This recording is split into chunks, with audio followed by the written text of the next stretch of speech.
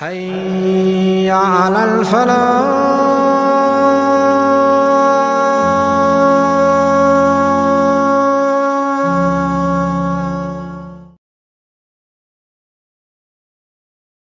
تین اصطلاحات ہیں، پھر کبھی کسی موقع پر ان کی وضاحت باقی کی کروں گا۔ عرب باعدہ کی میں نے اس لیے کر دی ہے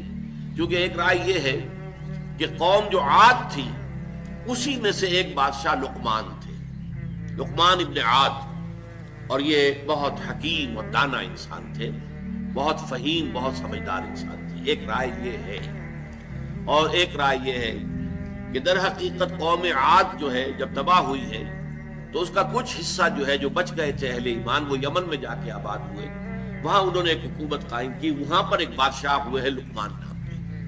لیکن یہ زیادہ تر تاریخی حوالوں سے یہ بات کہی جاتی ہے۔ صحابہ کرام رضوان اللہ تعالی علیہ مجمعین کی جو رائے ہے، جن میں کہ میں آپ کو گنوا دیتا ہوں،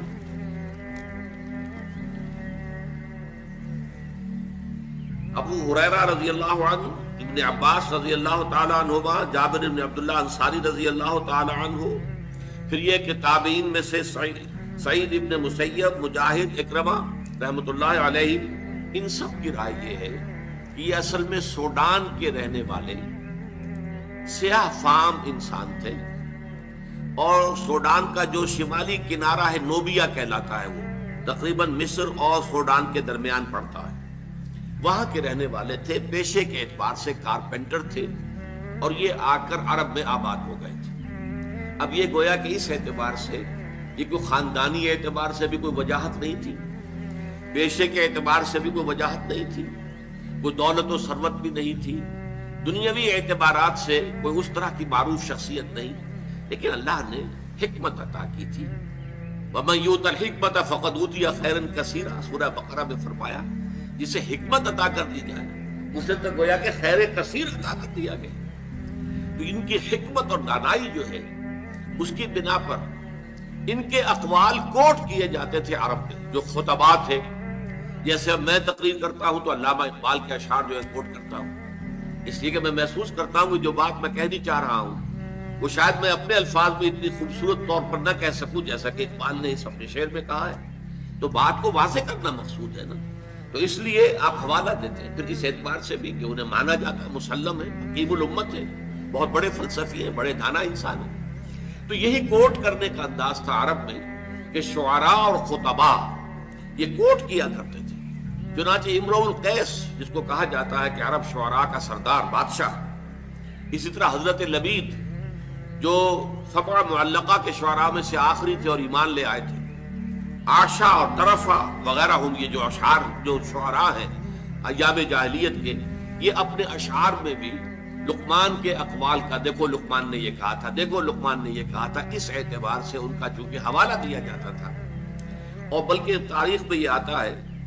کہ حضور صلی اللہ علیہ وسلم سے ایک شخص نے آ کر معاملہ کیا تھا، سوید ابن صامت نے، اس نے یہ کہا تھا 3 سال قبل ہجرت سے مکے میں آیا اور کہا کہ اے محمد، میں نے سنا ہے تم بہت عمدہ کلام پیش کرتے ہو، تو میرے پاس بھی ایک کلام ہے جو بہت عمدہ ہے، میں اپنا کلام پیش کرتا ہوں، تم کیا کلام پیش کرتے ہو، تم لاؤ۔ تو اس نے خود جو ہے حضرت لقمان کے نصائح کو پڑھ کر سنایا، ان کی کوئی چیزیں جو ہے، یہ صحیفہ لقمان کے نام سے وہاں پر موجود بھی تھا، عرب کے اندر موجود تھا، اب بھی اس نام سے کچھ کتابیں مغرب میں بھی بکتی ہیں، لیکن ان کی اوتھینٹسٹی جو ہے وہ ظاہر بات ہے کہ یقینی نہیں ہے۔ پھر حضور نے قرآن مجید پڑھ کر سنایا تو شخص نے تسلیم کیا، واقعتاً جو کلام آپ پیش کر رہے ہیں وہ بہت بلند تر ہے، بہت اعلیٰ ہے، بہت عرفہ ہے، اگرچہ یہ کہ اس کا ایمان لانا ثابت نہیں، ایمان نہیں لایا، واپس چلا گیا اور پھر جنگ بعث میں مارا گیا۔ بہرحال قرآن مجید میں اسی انداز سے اتمام حجت کے طور پر پیش کیا جا رہا ہے حضرت لقمان کی نصائح کو،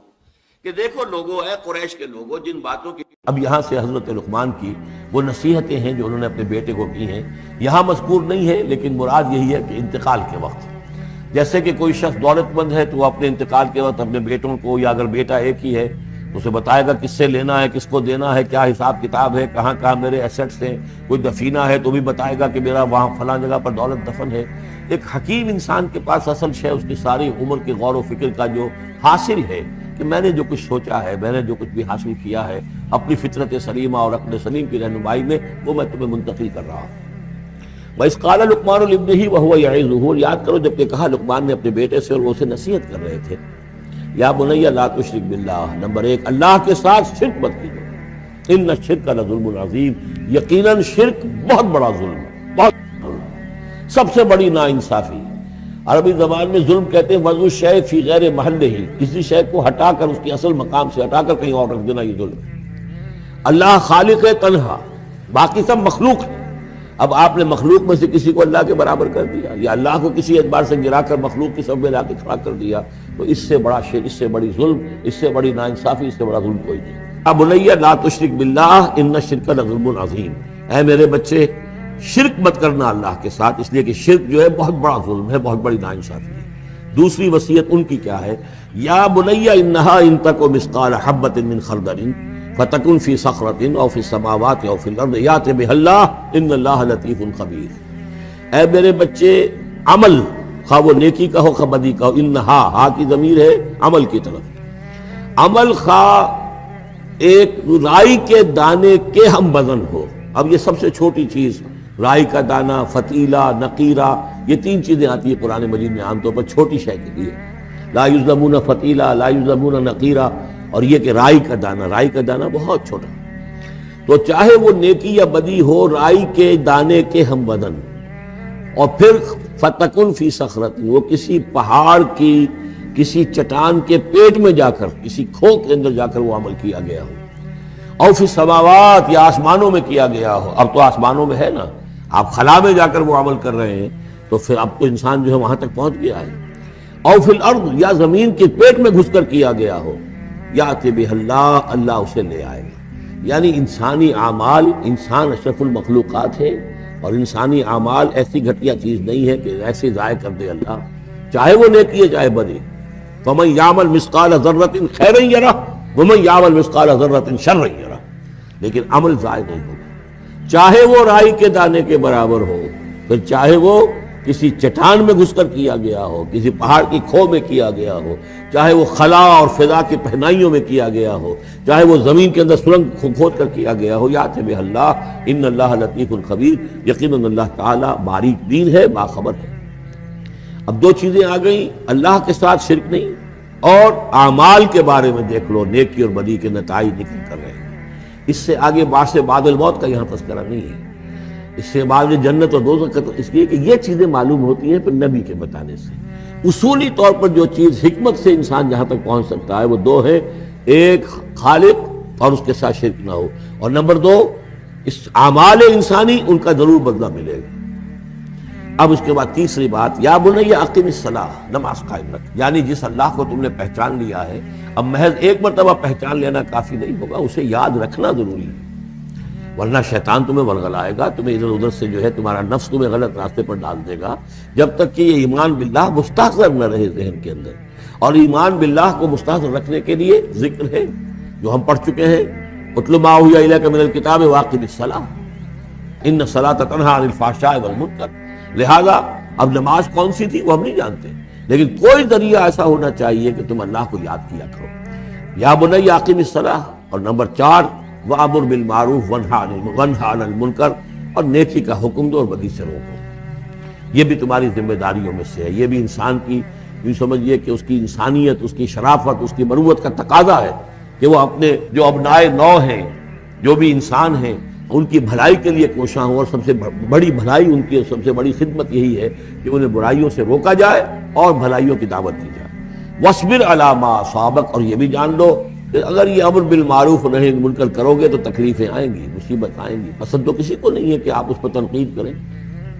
اگر آپ کسی بچے کو بھی سڑک پر کھیل رہا ہو، گلی میں کھیل رہا ہو، اگر آپ اس سے کہہ دیں کہ بیٹے یہ کوئی کرکٹ کھیلنے کی جگہ نہیں ہے، کسی کی گاڑی کا شیشہ توڑو گے تم، تو آپ دیکھ لیجئے پھر کیا آپ کا وہ اس کو کیا جواب دے گا آپ کو۔ اسی لیے آپ بولتے ہی نہیں ہیں کہ اب لے کر وہاں سے نکل جائیں، تو کسی کو بھی نصیحت پسند نہیں ہے، حق کڑوا ہے۔ لہذا آپ اگر حق کہنا ہے اور نصیحت کرنی ہے تو پھر تیار رہو کہ وہ ممکن ہے تمہیں پلٹ کر گالی دے دے،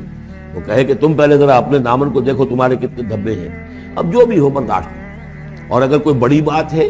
اگر فرعون کے سامنے جا کر حق کہو گے تو تو وہ تو کہے گا کہ میں تمہیں جیل میں ڈالوں گا. تو اس طریقے سے یہ وَاصْبِرْ عَلَىٰ مَا أَصَابَكَ، پھر جو شے بھی تم پر آئے اس پر صبر کرو. ان ذالک من عزم الامور، یقیناً یہ چیزیں ہیں جو بڑی ہمت کے کاموں میں سے. گویا کہ وہ چاروں چیزیں اس میں آ گئیں. والعصر ان الانسان لفی خسر الا الذین آمنوا وعملوا الصالحات وتواصوا بالحق وتواصوا بالصبر. یہاں اصطلاحات علیحدہ ہو گئی، تواصی کے بجائے امر بالمعروف نہی عن المنکر آ گیا. صبر جو کا تو ہے، باقی ایمان اور وہ تمام چیزیں اعمال صالحہ میں سے نماز آ گئی، والدین کے ساتھ حسن سلوک آ گیا. آخری دو آیتیں ہیں ولا تصعر خدک للناس، اور دیکھو اپنے گالوں کو پھلا کر مت رکھو لوگوں کے سامنے، یعنی تکبر اور غرور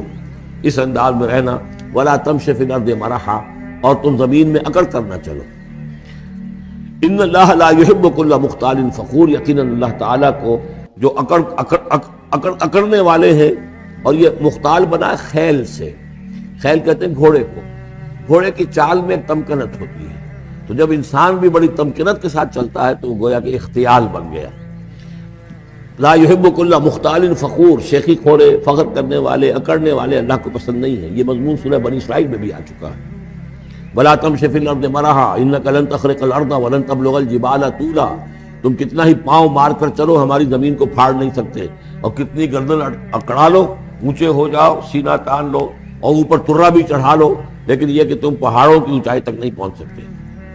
آخری بات فرمائی وقصد فی مشیک، اپنی چال میں میانہ روی اختیار کرو. یہ میانہ روی ہر اعتبار سے، چال میں بھی،